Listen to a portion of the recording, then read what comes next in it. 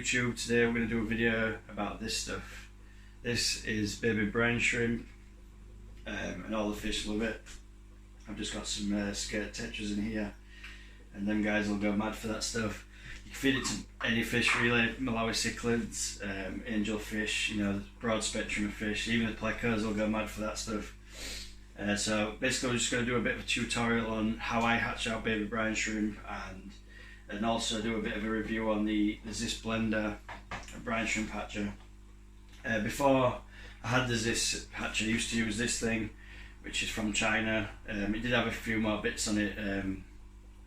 I had a one-way valve on it and a tap and things, so I used to have a tap on the bottom of there, and then when the brine shrimp were done, obviously you could just pour it out into a container, and then your brine shrimp would be ready for you to use. And I do rinse my brine shrimp out as well, so I've got this device which is a Zis strainer, or sieve as some people say, and that's really good. I think it's about 5 microns, the grid in the bottom there. I'm not sure if you'll be able to focus in too good on it.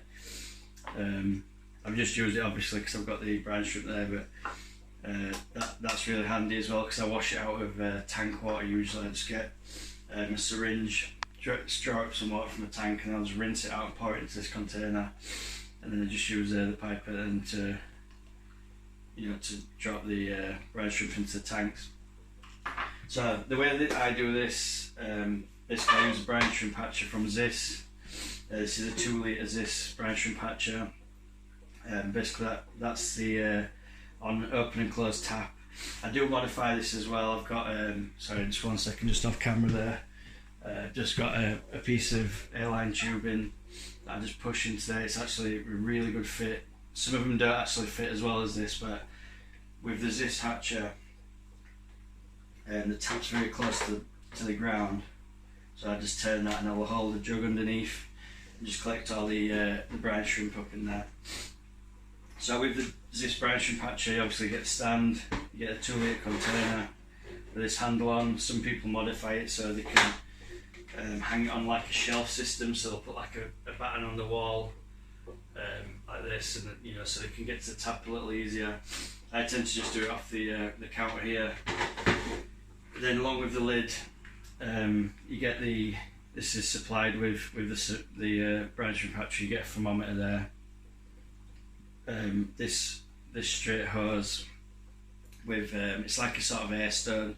You can adjust the bubbles just by unscrewing that. Sort of a never clog air stone type of deal. And this pipe here and the tap all come supplied with this particular brine shrimp hatcher. So and also on top there you can have you can put a heater in, so brine shrimp want to be at sort of 24 degrees, 25 degrees all the time, and you do need to supply a constant light source. I've found if you don't supply the constant light source or the heater, I don't use a heater, I use a lamp underneath that keeps the heat quite warm, and keeps the water quite warm in the hatcher, just from sort of residual heat from underneath. So that's the hatcher that I use at the moment. To set up this hatcher, I do it on a 2-to-1 ratio, so I'll use 2 parts fine sea salt, and I use these measuring spoons here. So I'll do 2 tablespoons of the salt into the liquid, into the water, sorry, and then 1 teaspoon of brine shrimp at the moment. Sometimes I use half a tablespoon, like today, because depends how many fry I've got in my tanks and things like that. If I've got loads and loads of fry, I'll do, you know, the half a tablespoon, sort of stack it up. I just do it sort of level really, so it's a bit more than a teaspoon. So I'll set this up now, guys. I'm just going to grab some water because I don't have any water sort of to hand at the moment. And just make sure as well before you pour the water in, you've shut this tap, because I've done it before and it just flows everywhere. So basically what you'll need is a hatchery of some description. I know you can also make sort of brine shrimp hatchers out of a pop bottle like this. You cut it halfway, basically turn this upside down, the top half upside down to the bottom. I might do a video and a build video on that, and then you can just drop an air stone in it, or you can drill through the lid and make sort of an airline going through, so it's bubbling inside. That's a cheap and easy way to do it. This is probably the most expensive way to do it. This is like the top of the range brine shrimp hatchery at the moment for aquarists. So, I'll just grab some water and I'll show you how I set this up, and then we'll just place it where the light is, and then I'll record it back in the video how to harvest the brine shrimp then. And this is a pretty foolproof way. I've used this way hundreds of times now, and I've never had a failed hatch, so it's working out good for me. But I'll just grab some water and then we'll get back on the video. Guys, we're back again. So I've prepared the water. I usually do about 1 litre of water in this. I know it can hold 2, but at the moment, like I said, I don't have loads and loads of fry to feed. So a bit of a sort of insider tip, I suppose. I do this water to the 24-degree mark, so lukewarm, before it goes in there. What I find is if you put in cold water into the blender, it does take a while for the water to warm, and it can extend your hatch period. So it could take a lot longer, for rather than 24 hours basically, it could be 36 to 48 hours. So if you just sort of get it sort of at reasonable temperature, not hot and not cold, then once your hatch is growing, it's sort of on its way from word go sort of thing. So 1 litre of water. This is just a brand off of Amazon that I use, Whole Foods. It's got no additives, it's just pure fine sea salt. And then I'll just get 2 tablespoons of that. That's a tablespoon. You don't need to measure it too accurately, as long as it's got salt in there. That's a tablespoon as well to pile it up. I tend to do it like a mountain, and I know fair enough. So, and then I keep my. So we'll talk about the brine shrimp eggs. So the brine shrimp eggs I bought off eBay. I get them from the same supplier every time. The Royal brine shrimp eggs with a 95% hatch rate. So the good quality eggs. I keep them in a Tupperware box in my fridge, and then inside the Tupperware box, then it's in a sealed bag, just like that. So this bag was sort of there a month ago. I get them in 200-gram packs, sort of weighed out, usually a little bit more as well. If you get them off eBay, they usually throw you a bit more in. And that's how the brine shrimp eggs look. So just like brown eggs, they're really tiny, and these guys are really small when they hatch out. So basically I just get the eggs like that, and then that's just 1 teaspoon brine shrimp eggs. Pop that in there. Make sure you seal this back up, because you don't want any moisture or anything, heat, moisture, whatever, getting into there, because it'll foul the eggs, and then you will get bad hatches. Basically what you're trying to do is stop these from getting oxygen, water, some moisture, and air basically, and heat, because obviously they'll just foul the eggs. So that's exactly what we're doing there to hatch them out. So let's put them back in the fridge. So that's as far as we need to go for now for the setting up of the brine shrimp hatch. Obviously pop the lid on, and then I'll just do a quick video now, just showing how I connect it to my airlines and things. So I do have an airline that's just dedicated for this brine shrimp hatcher. The pump that I use has got 2 outlets on it for one of my tanks, and I keep this in a cupboard underneath my tank in my living room. So the next part of this video, we'll set up the brine shrimp hatcher to where it's going to stay for the next 24 hours. So it's 11 o'clock now AM. Tomorrow daytime I'll be at work, but usually a little bit longer in the brine shrimp hatcher helps it hatch to its full potential. So when I get home tomorrow at 5 PM, the brine shrimp will be done and ready to feed to fish. So that'll be the next part of the video, guys. So now we're just here to set up the last part of the brine shrimp hatcher. So as you can see there, I do have a light in my cupboard, and this is, knock it off so you can see it a bit better. It's this type of light, and I just lay it flat and actually stand the hatcher over the top of this. Obviously it creates heat, not so much, it's an LED bulb, so it's not like your standard gas bulbs or all like that, so it doesn't get extremely hot, but it gets warm. So when this is on, sorry about the lighting, I put that just there on the bottom of my cabinet. Sorry about this, guys, it's a bit all over. So I stick that at the bottom of the cabinet, and then I'll just rest the stand over the top of that, this sort of manner.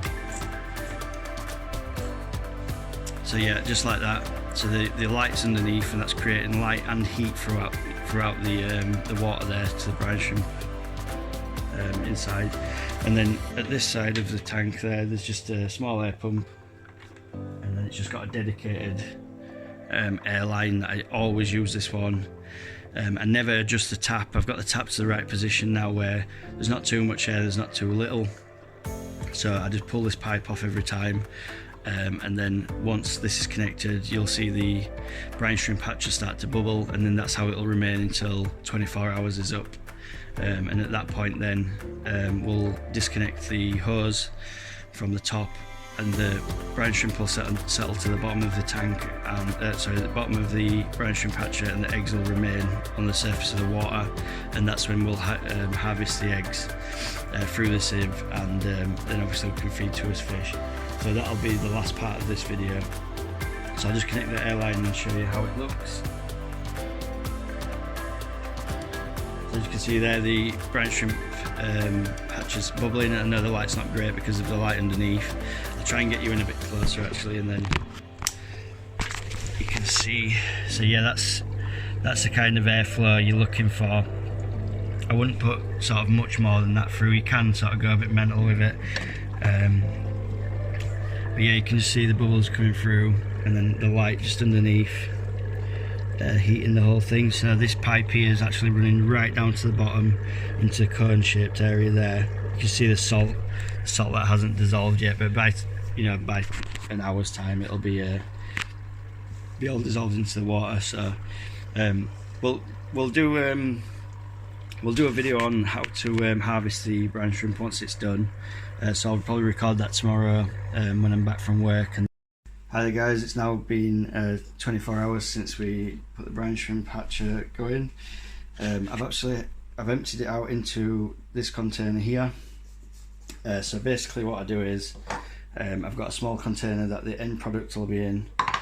There's this sieve to clean the eggs, a pipette, and also this syringe that I use with tank water in there, and also a piece of Salvinia today apparently.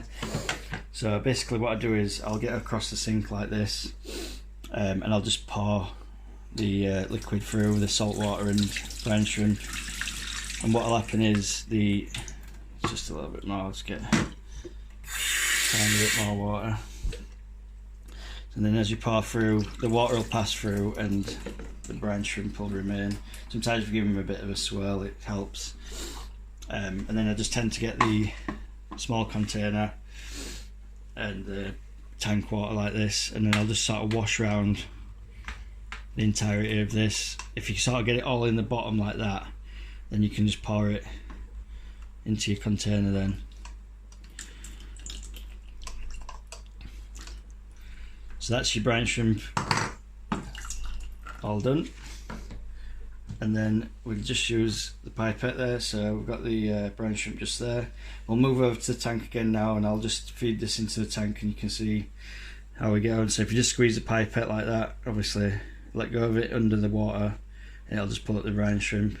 I'll just show you a quick video on my fish eating the brine shrimp. I'll probably put some music over this part, and you can just watch my tank for 5 minutes or whatever, a couple of minutes, and that'll be great. If you guys can just like and subscribe, that'd be perfect.